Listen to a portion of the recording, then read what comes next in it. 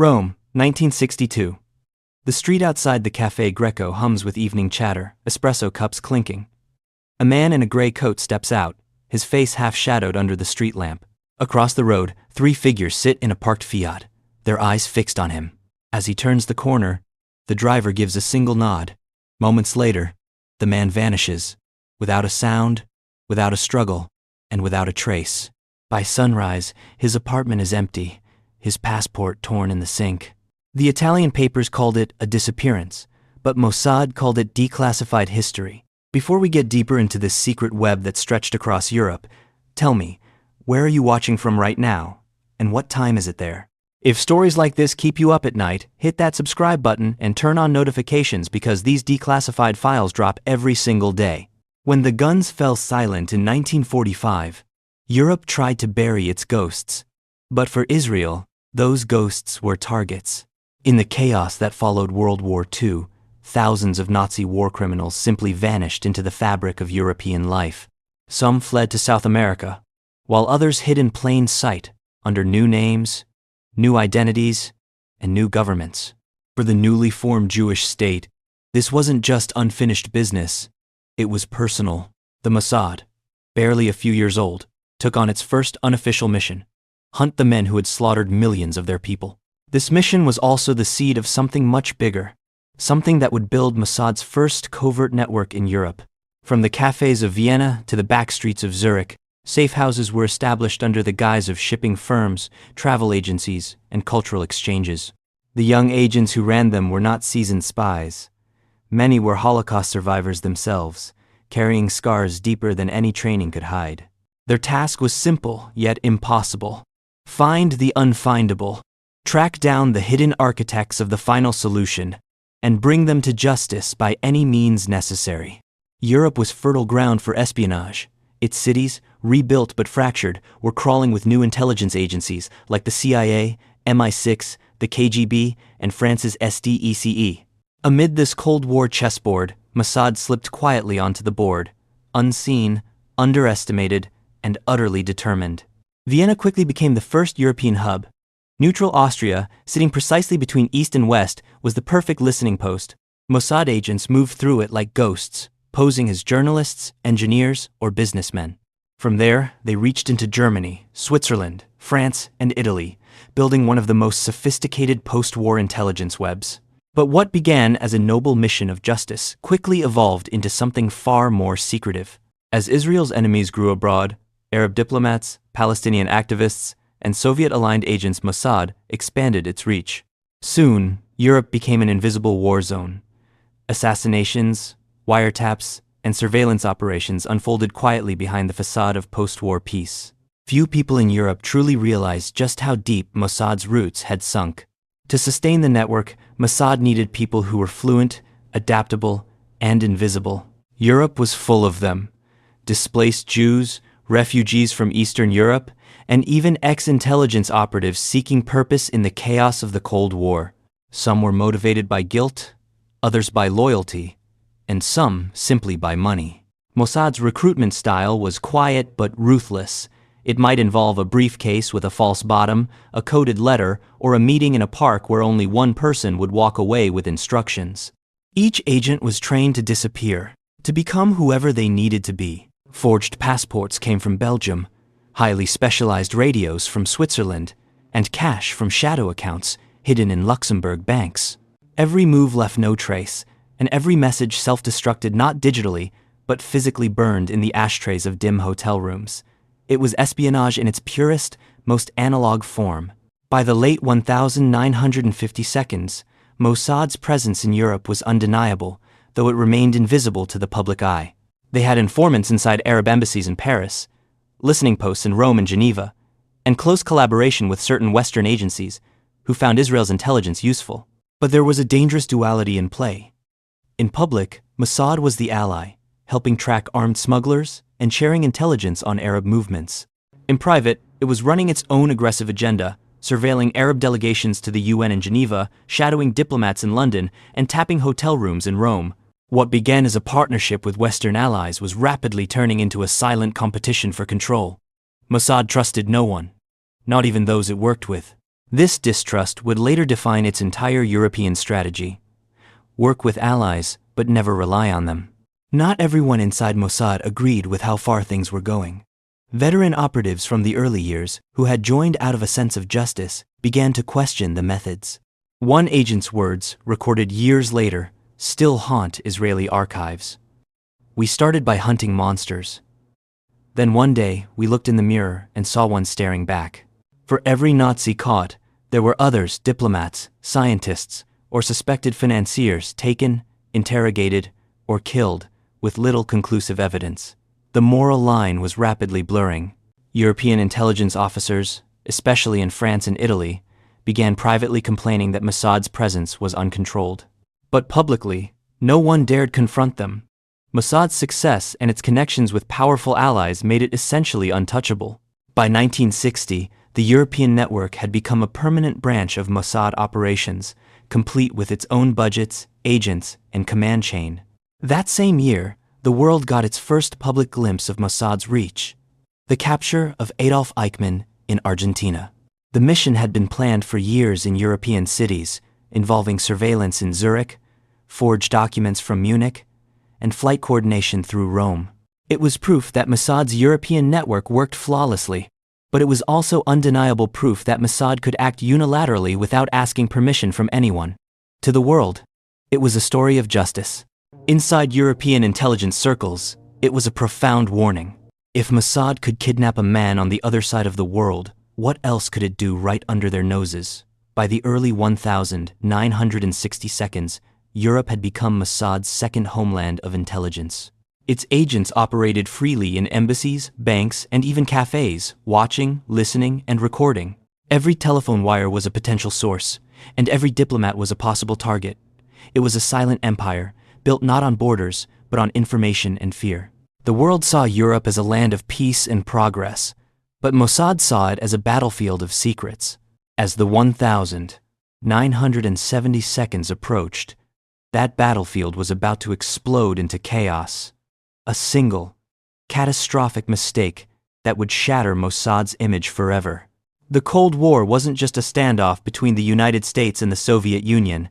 It was a complex web of alliances and betrayals. Within this web, Israel's Mossad operated not only as an intelligence agency, but as a nation's survival mechanism, loyal to no one but its own immediate interests. Europe became its chessboard, where allies could instantly become obstacles and sometimes even enemies.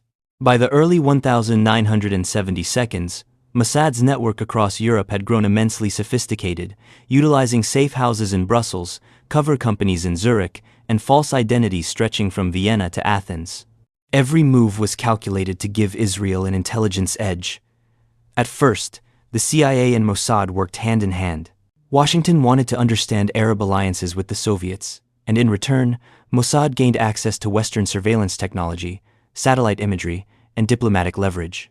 The exchange seemed mutually beneficial until Mossad began taking operations into its own hands, using joint intelligence missions to pursue objectives that went far beyond what Washington or London had ever authorized.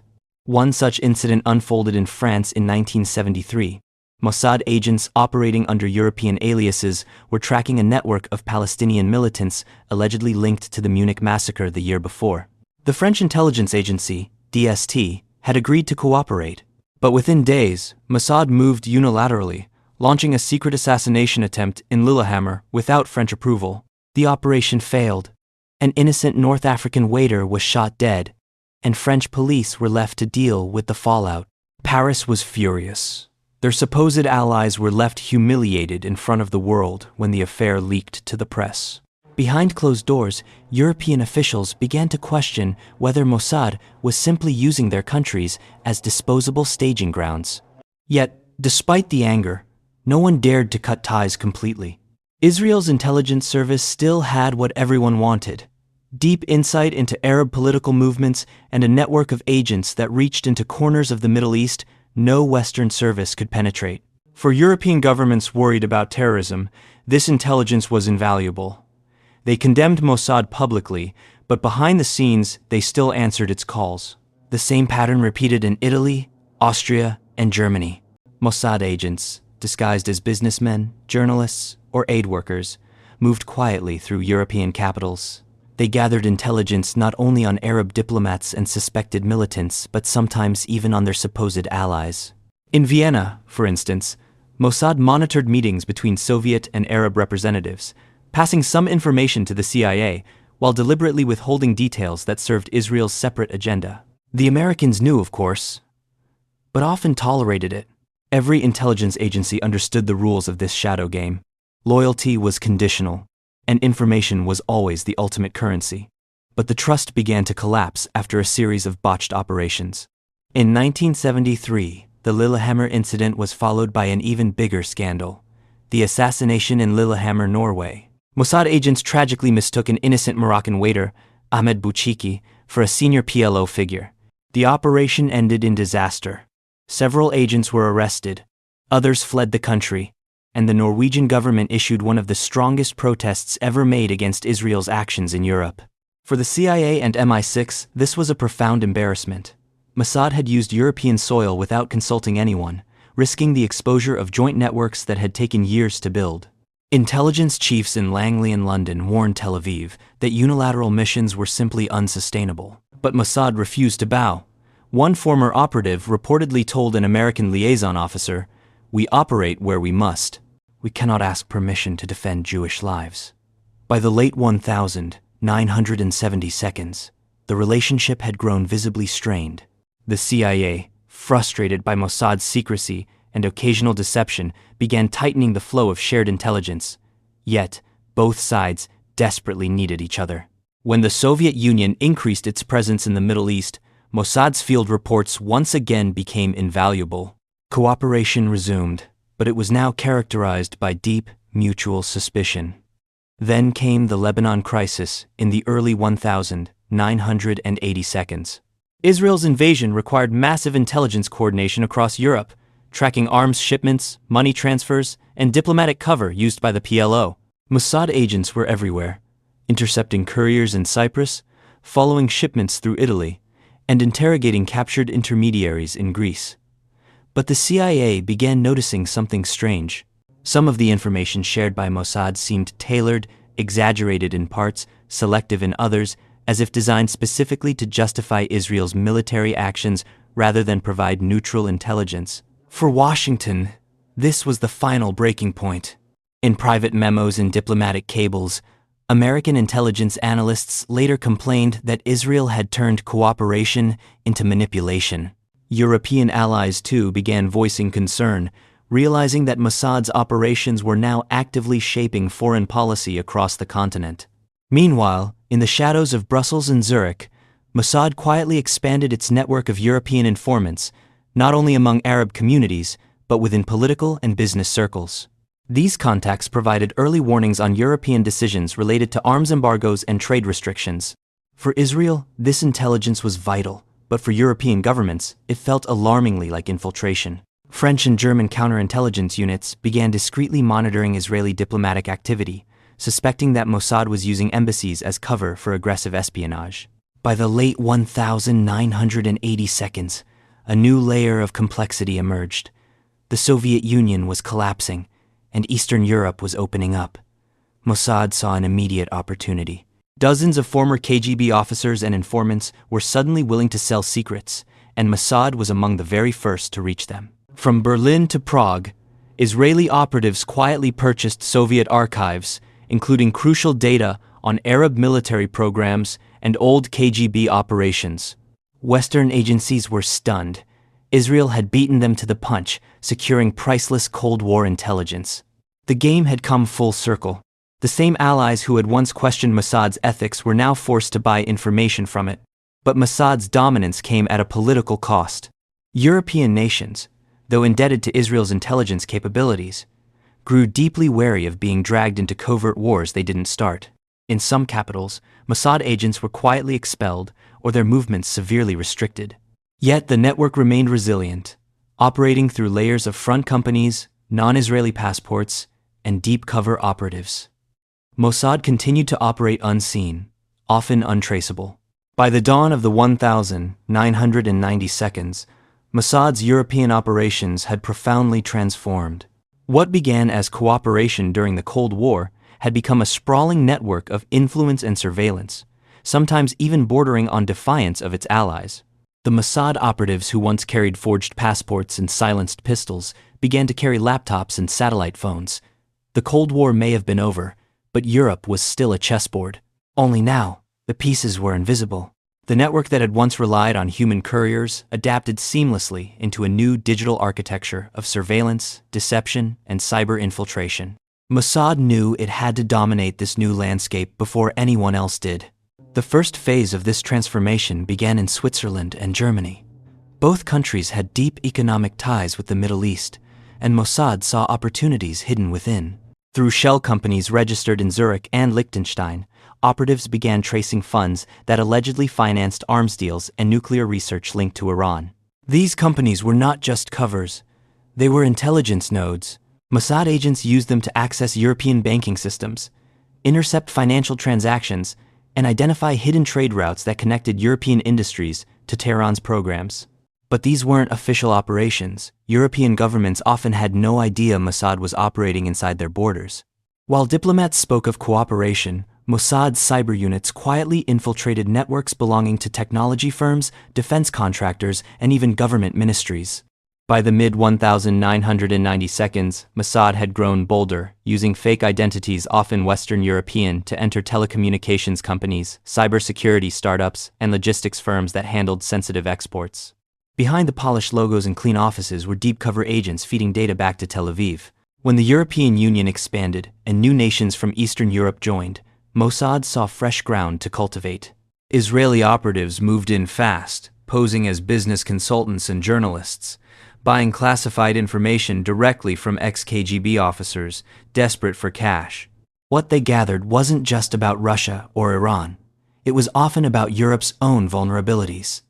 But this era of quiet infiltration didn't go unnoticed. By 1997, European counterintelligence services began picking up traces of a vast Israeli shadow network. Then the crisis hit. In September 1997, 2 Mossad operatives were caught in Amman, Jordan, trying to assassinate Hamas political leader Khalid Mashal using a poison spray device. The mission failed, causing shockwaves across intelligence communities worldwide. Although the incident took place in the Middle East, its repercussions hit Europe immediately. Many of the fake passports used in that operation, Canadian, British, and European, were traced back to forgeries issued and recycled by Mossad cells operating on European soil. Governments were furious. Canada demanded explanations. Britain summoned Israel's ambassador, and several nations quietly suspended intelligence cooperation. If Mossad was using their citizens' identities for covert killings, it meant their own citizens were being put at risk. But the storm didn't last forever. Within months, behind closed doors, channels quietly reopened. Western powers still needed Mossad's eyes and ears in regions where their own reach was fading. The unofficial agreement was simple. Mossad would continue its operations as long as they didn't embarrass anyone publicly. By the early 2000s, Mossad had fully embraced the digital revolution. Europe became the center of Israel's cyber intelligence activities. Their cyber division, working through small consulting firms in London, Amsterdam, and Prague, began targeting data centers, communication networks, and high-tech labs. Their goal was twofold: monitor potential threats and protect Israel's emerging cyber dominance. Much of the world's attention was focused on Mossad's field missions, the assassinations, the daring extractions, the human stories. But beneath that surface was a quieter, far more powerful campaign. One that didn't require bullets or forged passports. Mossad began planting digital backdoors into European servers connected to Middle Eastern companies, defense contractors, and embassies. Through these, it gathered not just information on Iran or Syria, but also critical insights into European intelligence priorities. Some analysts in Europe suspected that Mossad was no longer just watching enemies, it was also watching its friends. Reports emerged in 2003 of intercepted communications between EU diplomats and Arab envoys mysteriously leaking to the press. Investigations were inconclusive, but intelligence officers privately pointed toward a highly capable third party. The finger quietly pointed to Israel, though no one dared say it publicly. By the 2010 seconds, Mossad's European network had taken a new form: leaner, quieter, and technologically sophisticated. Instead of relying solely on operatives with briefcases, the agency recruited specialists, hackers, financial analysts, engineers, and academics. Many recruits didn't even know who they were working for. A consulting offer here, a research contract there, and gradually, Mossad gained access to some of Europe's most advanced cyber research environments. Meanwhile, Israel's strategic goals had evolved. It wasn't just about neutralizing enemies anymore. It was about information supremacy. Mossad had turned Europe into a living intelligence ecosystem, from cybersecurity and financial surveillance to influence campaigns within political circles. Counterintelligence agencies began adapting too. The French DGSI and the German BFV started tracking unexplained data breaches and digital anomalies traced back to Tel Aviv. By 2012, several quiet diplomatic complaints had reached Israel through back channels, warning that certain cyber operations crossed agreed boundaries. Mossad's response was classic: polite denial paired with a silent intensification of its activities. One of the most revealing cases came from Austria in 2014, involving an alleged Mossad operation targeting an Iranian diplomat in Vienna. Surveillance footage captured suspicious individuals near the Iranian embassy carrying equipment later identified as remote communication interceptors. The Austrian government never officially blamed Israel, but intelligence insiders knew who had the capability. The message was clear: Mossad was still highly active on European soil, adapting faster than anyone else. Mossad began using advanced AI systems developed by Israeli tech arms to model European political behavior, elections, and diplomatic negotiations. This new tool, known as predictive intelligence, was designed for a single goal: to foresee the world before it happened. In 2023, reports surfaced that a high-ranking European diplomat had resigned after an internal leak suggested his communications were compromised during a sensitive Middle East mediation effort. The leak revealed that Israel had foreknowledge of the diplomat's agenda, something only possible through deep interception. The story vanished from headlines within days, but the intelligence community understood what it meant. Mossad's surveillance reach inside Europe had gone far beyond cooperation. Yet, Mossad wasn't the only one playing this game. Russia, China, and even some European states had begun emulating Israel's digital espionage model. The continent had become a silent battlefield of backdoors and blackmail, where every ally could also be an intruder. By the end of the decade, as new crises emerged and Europe's political climate shifted, Mossad's invisible network stood ready. No one could say exactly how vast it was, or where it ended. What was once a collection of safe houses and field operatives had become something far greater. The world had changed. Intelligence wars no longer made headlines. They lived inside servers, inside encrypted files, inside whispers between diplomats who suspected they were being recorded. Mossad, shaped by decades of secrecy and survival, had evolved perfectly for this new world. By the dawn of the 2022, Europe had become the quiet front line of an invisible war. Mossad's old tradecraft had evolved into something deeper, more refined. The digital hand that could unlock any door, follow any voice, and erase any trace. The first cracks appeared in Brussels in early 2021, when an internal audit found that several encrypted communication channels used by Middle Eastern delegations within the European Parliament had been compromised. Forensic investigators quietly concluded that the breach carried digital fingerprints consistent with a state-level cyber operation originating in the Eastern Mediterranean. Publicly, no one named Israel, but privately, everyone knew. Across Berlin, Paris, and Rome, intelligence officials began noticing anomalies: foreign contractors with connections to Israeli tech firms gaining access to municipal data centers, embassy networks, and even private energy consortiums. On paper, it was all legal business: cybersecurity training, infrastructure monitoring, data protection. In reality, it was something else entirely. Through these corporate pipelines, Mossad's digital apparatus extended its reach deep into Europe's information arteries. Everything from financial transactions to border surveillance data was being mirrored, analyzed, and cataloged. Israel had become Europe's unseen observer, operating behind the guise of technology partnerships and counterterrorism cooperation. The truth began leaking only when journalists started digging. In 2022, A major European investigative consortium published findings that traced several cyber intrusions and covert influence efforts back to Israel-linked firms. These firms had been quietly operating under EU defense contracts, yet their origins connected directly to former MOSSAD and Unit 8200 personnel. The report sparked outrage in European media, with lawmakers demanding investigations. However, privately, diplomats knew the storm would pass. Europe relied on Israeli intelligence far too heavily to risk open confrontation. In counterterrorism, cyber defense, and even energy security, Mossad's data networks were often faster and more reliable than Europe's own. That dependency gave Israel silent leverage. But for Mossad, Europe was never just a partner, it was a mirror. Every alliance, every deal, every backdoor built into European infrastructure offered insight into global intentions. In 2023, reports surfaced that a high-ranking European diplomat had resigned after an internal leak suggested his communications were compromised during a sensitive Middle East mediation effort. The leak revealed encrypted messages showing that Israel had foreknowledge of the diplomat's agenda, something only possible through deep interception. Yet, in late 2024, a classified European Council meeting discussed a proposal to limit third-country intelligence access to EU data frameworks. Though no names were mentioned, the target was clear.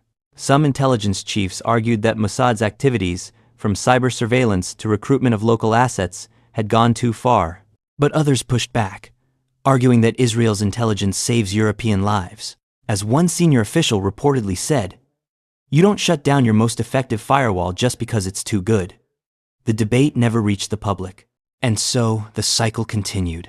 Mossad's hidden networks remained embedded in European systems, a digital echo of the Cold War's invisible wires.